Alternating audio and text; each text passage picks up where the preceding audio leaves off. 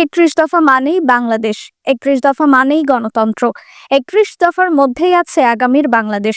এখানে আছে আগামীতে কিভাবে সরকার গঠন হবে, কিভাবে কৃষক তার উৎপাদিত ফসলের ন্যায্য মূল্য পাবে, কিভাবে আইনের শাসন প্রতিষ্ঠা হবে। এই ৩১ দফার মধ্যে ২৪ নম্বরে আছে নারী ও শিশুদের মুক্তির কথা। ব্রাহ্মণবাড়িয়ার আখাউড়ায় মঙ্গলবার বিকালে আখাউড়া শহীদ স্মৃতি সরকারি কলেজ মাঠে আয়োজিত বিএনপির ভারপ্রাপ্ত চেয়ারম্যান তারেক রহমানের ৩১ দফা বাস্তবায়নে জনসভা ও নারী সমাবেশে জাতীয়বাদী মহিলা দলের কেন্দ্রীয় কমিটির সভানেত্রী আফরোজা আব্বাস প্রধান অতিথির বক্তব্যে একথা বলেন।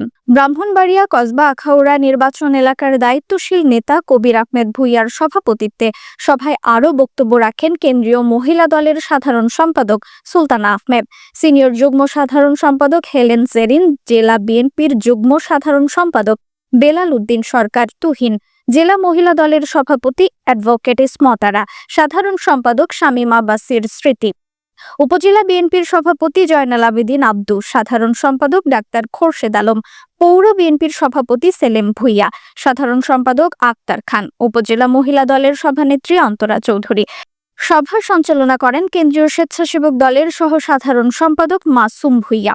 তিনি আরো বলেন, আমরা নারীরা কিন্তু বড় রাজনীতিবিদ। নারীরা শুধু পুরুষদের মতো রাজনীতি করে না, নারীরা সংসার করি, ঘর সামলাই, সন্তান জন্ম দেই, লালন পালন করি, স্কুলে পাঠাই, আবার দেশের প্রয়োজনে অন্যায়ের বিরুদ্ধে বলিষ্ঠ ভূমিকা রাখি। নারীদের অধিকার দেওয়ার সবচেয়ে বড় অবদান শহীদ প্রেসিডেন্ট জিয়াউর রহমানের। আমাদের নেতা তারেক রহমান বলেন, নির্যাতিতদের কাঁধে যে নেতা হাত রাখেন সেই প্রকৃত নেতা।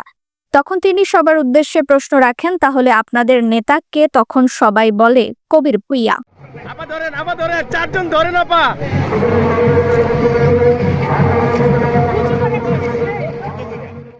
এর আগে দুপুর থেকে উপজেলার বিভিন্ন ইউনিয়ন ও ওয়ার্ড থেকে নারীরা মিছিল নিয়ে সমাবেশে যোগ দেন। এ সময় আখাউড়া পৌর শহর অনেকটা মিছিলের নগরীতে পরিণত হয়।